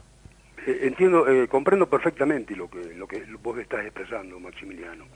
Este documental de Kusch es de alguna forma una ruptura con el sitio. Es una forma de abrir grietas en un pensamiento que lo ha ignorado a Kusch. Pero también es una forma de mostrar a los jóvenes, a través de un medio documental, a través de la visión de Kusch y la lectura de sus textos, mostrar la profundidad del pensamiento y de la obra de este hombre argentino, tan vilipendiado por la academia y tan olvidado por los círculos áulicos. Y como decías hace un rato, no es casual que se quiera hoy atraer para el molino de vientos del progreso y de la historia la figura del maestro. En realidad se trata de otra nueva maniobra de apoderamiento. Así como sufrimos nosotros en esta tierra arrasada, sufrimos el apoderamiento de las grandes corporaciones, el apoderamiento de nuestra cordillera por las mineras, el apoderamiento de nuestras mejores tierras para producir cultivos transgénicos. Así también hay un apoderamiento de lo más profundo y esencial del pensamiento argentino. Y en este sentido es posible que esta historia que ellos pretenden escribir desde los círculos áulicos sea alguna vez también criticada, sea alguna vez desglosada en sus partes por los herederos de Kusch, que fue un hombre que supo ver la historia en Argentina como una historia escrita desde el silencio, pero también desde la grandeza de la historia. Él hablaba siempre de la historia pequeña y la gran historia, ¿recuerdas? Decía que la gran historia es la historia de los pueblos, en su lento proceso de desenvolvimiento, en su lento proceso de una marcha hacia un destino común. Y estaba la otra historia, la historia de los historiógrafos, de los libros, de las pequeñas batallas y de los escosores de las instituciones, que a él no le interesaba mucho. Más allá de San Martín y Belgrano, y él rescataba una historia grande, una historia antigua de los pueblos de América. Y en eso la Argentina, como pueblo que simbolizaba de forma esa concretitud de la cultura mestiza, era realmente un laboratorio donde se estaban cocinando las nuevas historias. Y eso no puede detenerse, ni puede congelarse. Y allí el documental del amigo Jorge Falcone es un salto fundamental, porque es darle sonido y darle presencia y darle imagen a ese Rodolfo Kusch que nosotros frecuentamos en persona, que tuvimos el orgullo de ser sus discípulos y de alguna manera sus amigos. Y en este sentido, la difusión que se le ha dado al documental hace que hoy llegue acá a Jujuy, a este lugar que Gunther quiso tanto, a este lugar donde los que lo trataron mejor son aquellos que convivían con él en la vecindad de Maimará, cerca del Río Grande y cerca de la vieja estación de Maimará, y también allí cerca de los Antigales. Y esos vecinos de Cus, humildes, son los que yo espero que vean participar de la película, porque estamos llenos de senadores, diputados y oficiosos de la cultura que también vienen a jetonear con la memoria del Cus, como lo han hecho el otro día en el Congreso.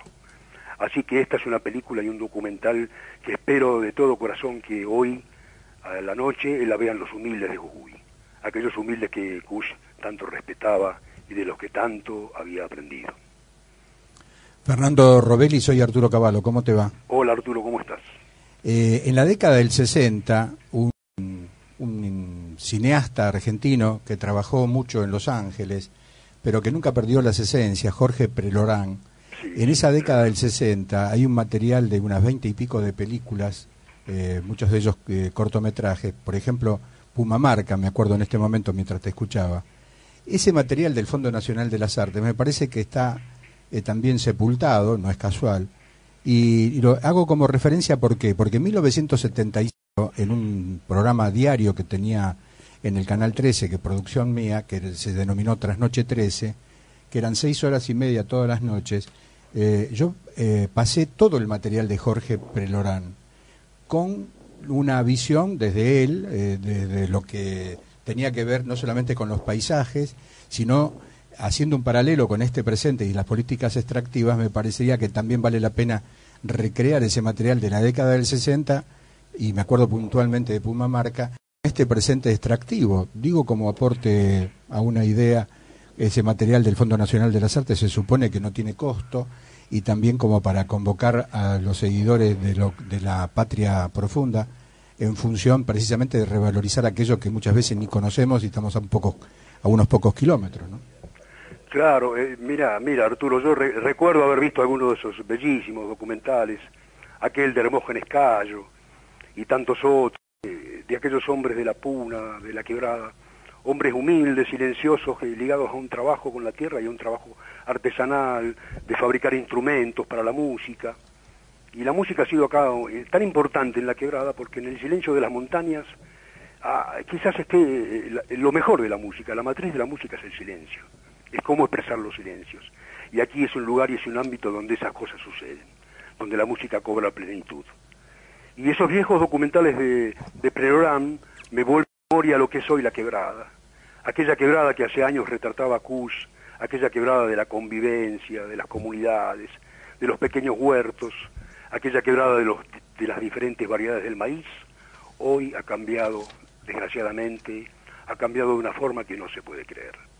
Asistimos hoy, a partir de unos proyectos de la UNESCO que declararon patrimonio cultural y natural de la humanidad a la quebrada de Humahuaca, al apoderamiento masivo de multitudes de turistas que llegan de diferentes partes del mundo, que se apropian de su retazo de quebrada en fotografías, pero también en consumo, en hoteles 5 estrellas, en piletas de natación, mientras los antiguos pobladores de la quebrada van quedando como personal de servicio doméstico, van quedando para las tareas menores, o se van radicando en los inmensos poblaciones que uno ve desde la ruta, que construyen las organizaciones, fundamentalmente aquí Milagros Sala, a donde van a dormir sus sueños y sus esperanzas los antiguos y milenarios habitantes de la tierra.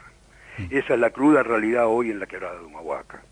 Es la realidad de un mundo absolutamente invasivo, destructor de la cultura, y vos ves por allí a los changos y a los músicos tocando sus charangos, sus quenas para un grupo de turistas y por unas monedas.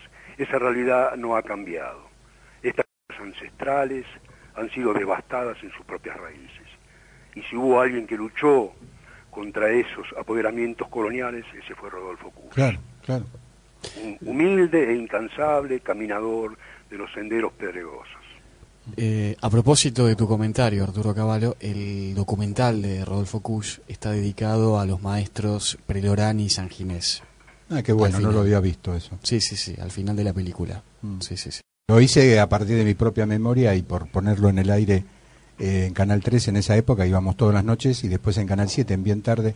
Como tengo pocas ideas pero fijas, me repito, y vale la pena rescatar también el nombre y apellido de Jorge Prelorán por lo que significó en esa época, digo, insisto, en esta etapa del 60, y que hay generaciones que no lo conocen. Fernando Robelli, te agradecemos tu participación una vez más en Horizonte Sur. Bueno, no, el agradecido soy yo por esta posibilidad, y estoy acá con Jorge Rulli. ¿Es posible que ustedes hablen con él? Si no hay más remedio... No hay más remedio porque está acá sacándome el teléfono de las manos. Bueno, entonces accedamos a la voz del Papa. Un gran abrazo, amigos. Un abrazo. Hasta pronto. Chao, Fernando. Hola. ¿Vos sos Jorge Eduardo Rulli? Yo soy Jorge Rulli. ¿Puedo hablar en Horizonte Sur? Sí, si no hay más remedio. ¿Cómo están ustedes? Y escuchándolo a Fernando Robelli, y escuchándolo a Ernesto García, fuerte, ¿no? recordándolo a Kush. Muy fuerte todo lo que vivimos aquí. Yo, no por añadir algo a la pintura que hizo Fernando de los encuentros que tuvimos, pero quería destacar un aspecto que para mí fue importante. Apareció alguien de La Quebrada, pero que en realidad no es originario de La Quebrada, que es un chico joven, pero agrónomo, y su aporte en el debate fue contar que había estado bastante tiempo haciendo estudios superiores en China. A propósito de un montón de temas que se estaban tratando, él refirió su vida cotidiana en contacto con el pueblo chino, no solamente con los otros estudiantes, sino con los vecinos, es decir, las vivencias de alguien que vive la vida de China hoy, ¿no? En una de sus grandes ciudades. Y lo que a todos nos impresionó fue que, según él, por debajo de este desarrollo tecnológico espectacular, de estas construcciones de megalópolis que nosotros vemos en la televisión, en los videos, lo que hay es un tremendo fondo de tristeza en la gente. Dice que siempre se sorprendió hablando con la gente y haciéndole preguntas de lo que deseaban, que aspiraban, de qué imaginaban poder ser alguna vez, y esas cosas, un fondo de terrible escepticismo, de falta de esperanzas, un fondo de tristeza, dijo él, ¿no?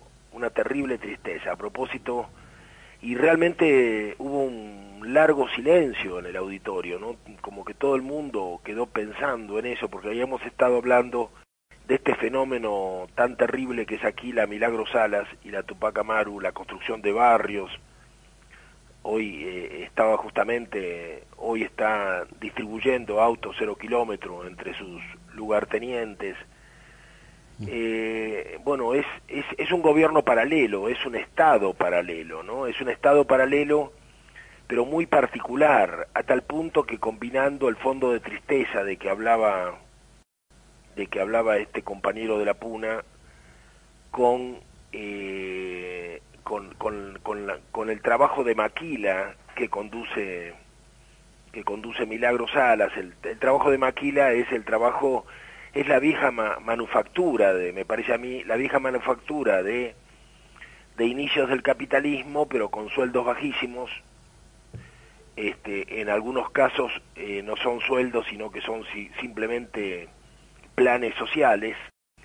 Los horarios son muy extensos, el trabajo es de una dura disciplina, pero todo esto va acompañado de marchas políticas, todo en las paredes de la fábrica un imaginario donde está el Che Guevara, está Cristina, bueno, toda una cosa, todos los famosos relatos que llenan la imaginación y la cabeza de los que tienen que trabajar y que trabajan inclinados sobre la máquina, haciendo siempre lo mismo.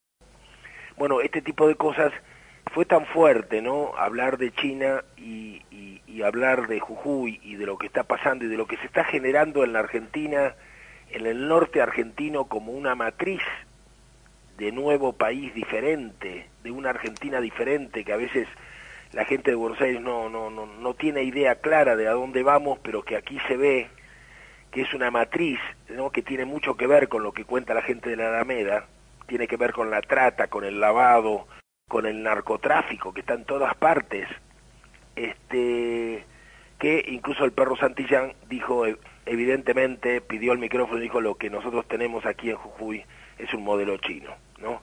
O sea, lo que se está instalando es un modelo chino, o sea, un modelo de maquila, un modelo sin espiritualidad, un modelo sin alegría, un modelo de crecimiento, en definitiva, yo diría, posmoderno y colonial. Es decir, es un desarrollo colonial y posmoderno donde la felicidad de la gente no es un objetivo que a nadie se le ocurra lograr, todo lo contrario. En todo caso es el divertimento para una minoría, y para los pobres hay una idea de que lo mejor, lo que más les conviene es tener un supermercado cerca, y de eso se ocupa la Milagros Salas, que en cada uno de esos barrios donde no hay lugar ni para una planta ni para una flor, en el pequeño patio que les ha dado, la gente acumula basura electrónica, maquinarias rotas, y es un espanto ver los nuevos barrios de la Quebrada de Humahuaca, donde vive la gente que cocina, que lava pisos en los hoteles, pero siempre cerca hay un supermercado para que se provean de comida. Este es el destino que se les ha dado a los antiguos agricultores de la que son herederos de la más antigua tradición agrícola de América y tal vez del mundo, ¿no? Los grandes preservadores de semilla hoy tienen este presente aciago, ¿no? Y bajo una disciplina y un verticalismo realmente leninista, ¿no? Muy duro porque aquí nadie puede sacar los pies del plato sin pagar un precio altísimo. Bueno, yo quería agregar esto. Los felicito por el programa. ¿A cuánto les dirás lo mismo? Te queremos hacer público y solidario que Wanda Gagliotti hoy no llamó por teléfono. No llamó. No, porque hay una cantidad de familiares que están llegando a casa, así que debe estar muy ocupada. Bueno, yo le aprovecho para mandarle saludos a Wanda y a todos ustedes. Me despido, hasta la próxima. Sigan ustedes con el programa. Bueno, ¿nos habilitas a eso? Así. Bueno, muchas gracias, Jorge Eduardo Rulli. Un abrazo a todos y me despido de cada uno de los oyentes. Hasta el próximo sábado. Chao, Jorge.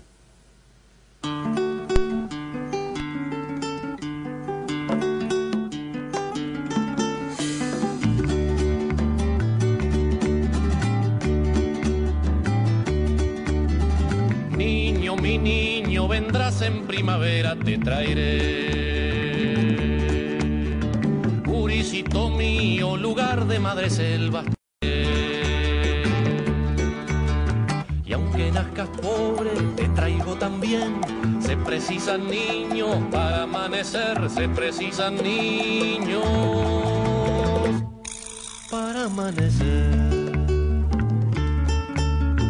Niño, niñito, el hombrecito nuevo llegará. Gurisito feo, ñatita de glicina, él tendrá. Y mientras él crezca, crecerá también. El lugar de todos será para bien. El lugar de todos será para bien. Niño, mi niño, tu niño y aquel niño, todos van. Rueda que te rueda hacia la vida nueva llegarán. Cada niño un poco, todos tomarán de la misma leche y del mismo pan, de la misma leche y del mismo pan. Niño, mi niño, vendrás en primavera, te traeré. Gurisito mío, lugar de madre selvas te daré. Y aunque nazcas pobre, te traigo también. Se precisan niños para amanecer, se precisan niños para amanecer.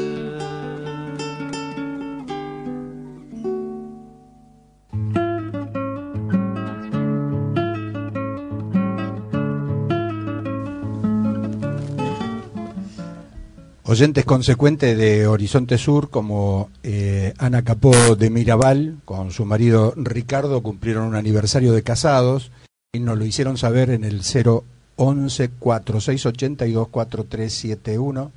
Vaya desde aquí nuestro saludo a Ana Capó de Mirabal, también como la señora Emilce, que trabaja como secretaria de Rubén Giovannini y le es infiel a Rubén Giovannini y nos escucha los sábados a la hora 9 por la M690 K24 en radio. Bernardo Elfman dejó de litigar con los teléfonos y con las tarjetas. Fue todo un tema hoy, ¿eh? Sí. Hay que usar una cosa que se llama Skype. Pasa que nosotros no estamos acostumbrados. Sí, acá bueno, el grupo pero... reflexiona todo eso. Usted tiene que entender, don Arturo Cavallo, que esto es muy artesanal. Pero hago público algo que podría salir mejor y los jóvenes que no se adhieren a las cosas nuevas, como Maximiliano Mendoza, como Bernardo Esman, no nos dan bolilla y entonces se interrumpen las llamadas. Y además, usted fíjese, nosotros llamamos Gran Metrópolis a los amigos que están en Jujuy y se cortó. Ellos llamaron de Jujuy a esta Gran Metrópolis y anduvo mucho mejor el llamado, ¿no? Están al amparo de los dioses. Así es, así es. ¿Trajiste un libro para comentar, Maximiliano Mendoza? Así es, un libro que estuve refiriendo en varios informes que hemos realizado acá.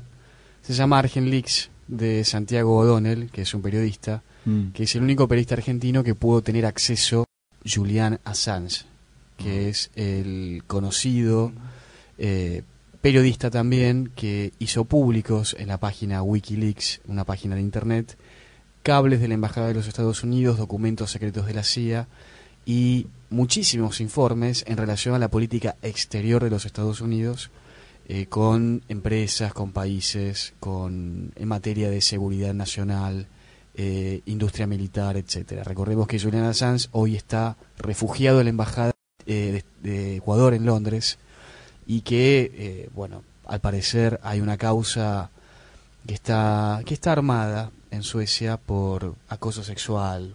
No sé qué ocurrió, él admitió haber tenido relaciones con estas chicas que lo acusan, pero hay una gran presión a partir de esa causa para tratar de extraditarlo y, bueno, hacerle pagar todo esto que hizo, ¿no?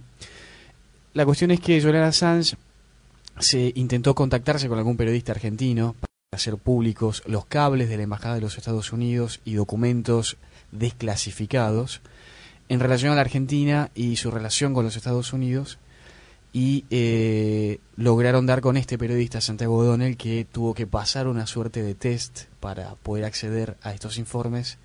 Se encontró con él en una estancia en Londres antes de refugiarse en la Embajada de Ecuador. Y bueno, le pasó un pendrive. De hecho, el libro, como ustedes verán, es un pendrive, el dispositivo de guardado informático caliente. Y que, bueno, contiene muchísima información en relación a temas como disímiles pero conexos, como la AMIA, como Cargill, como Domingo Cavallo, como las opiniones que tienen en Estados Unidos del actual presidente Cristina Fernández de Kirchner, de Nilda Garrett, de las Islas Malvinas, el tema de los piqueteros, Menem, la minería a cielo abierto, etcétera, etcétera. Nosotros estamos dando este libro en lo concerniente a Monsanto y las relaciones con los Estados Unidos, y de cómo el lobby pro transgénicos global se expresó en la Argentina a partir de la Embajada de los Estados Unidos, después de una denuncia que realizara Monsanto a principios del año 2002-2003 ante la Unión Europea por las patentes que Argentina no le tributaba a Monsanto por la exportación a Europa.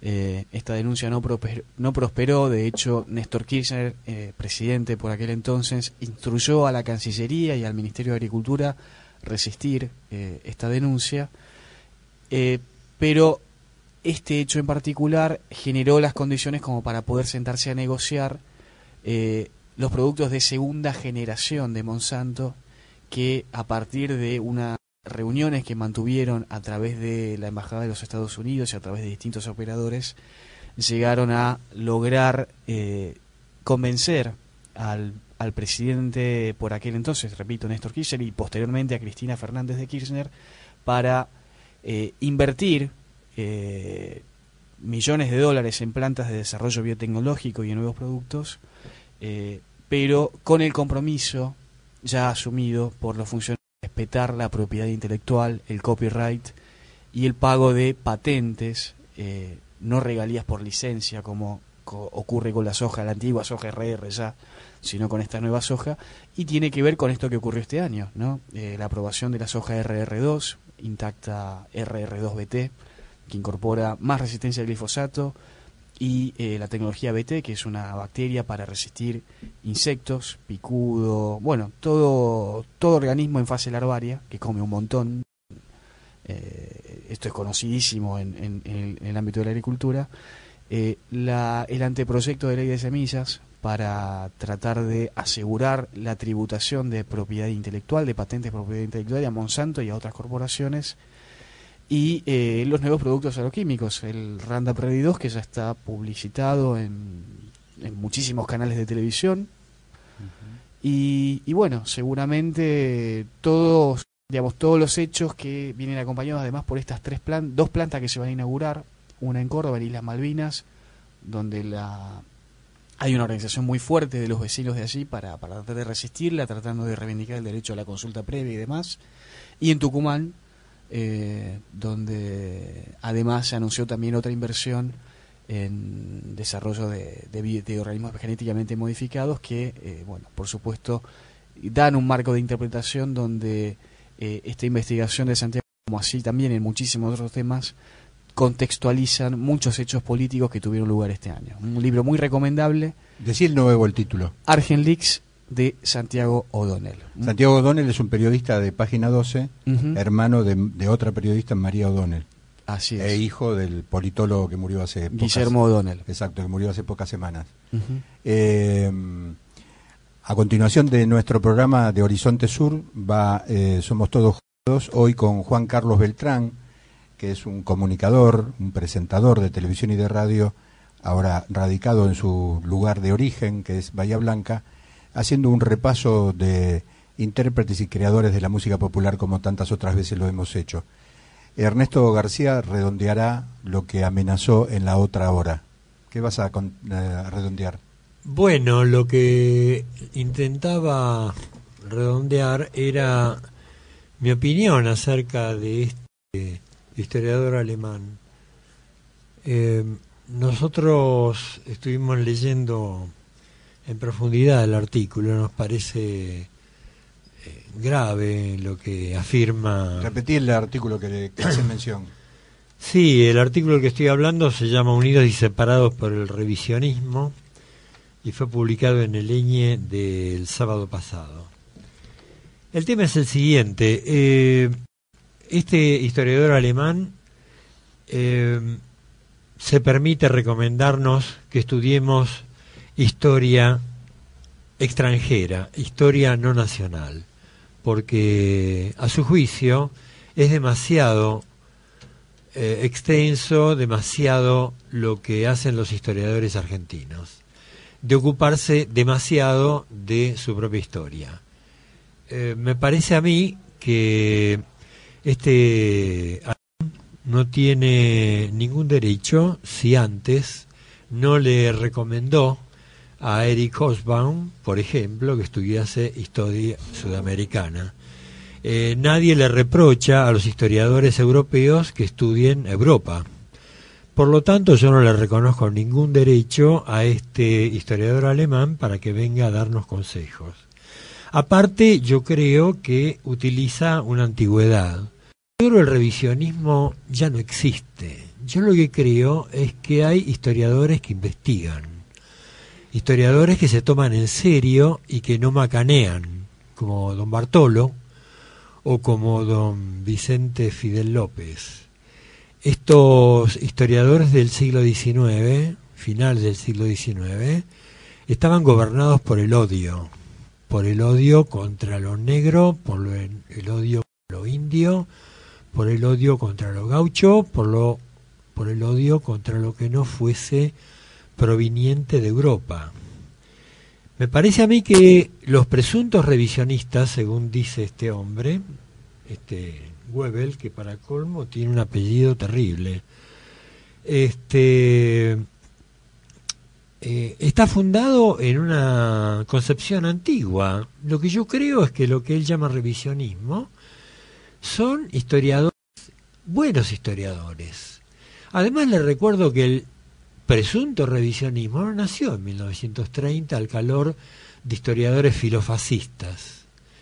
El revisionismo histórico empezó en la propia cuna liberal.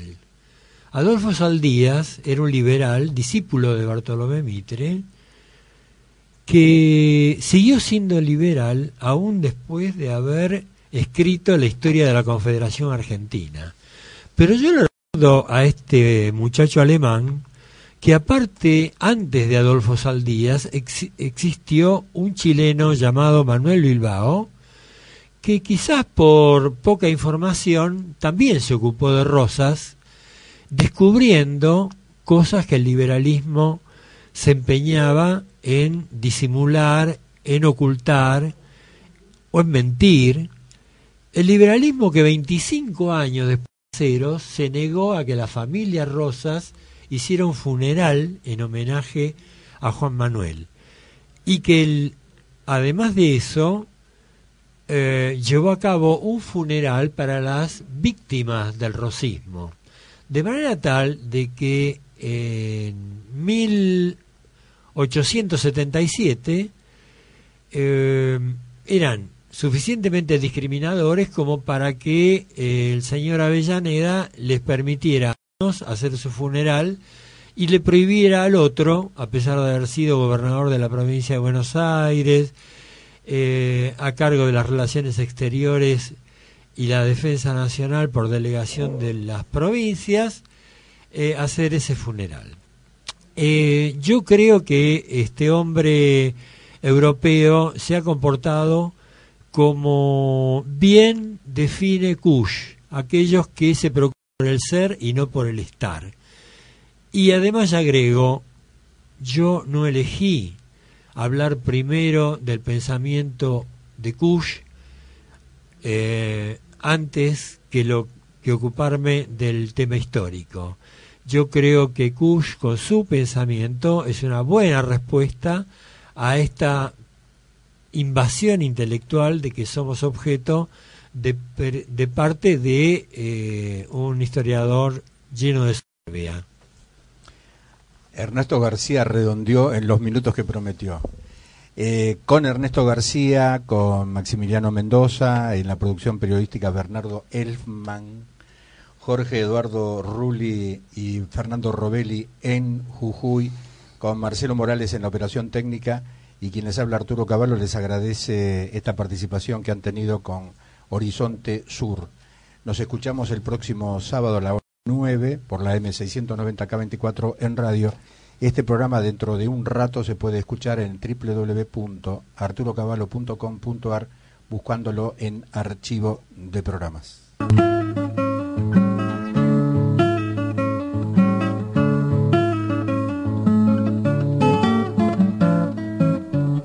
Horizonte Sur, con la conducción de Jorge Eduardo Rulli y la participación del grupo de Reflexión Rural.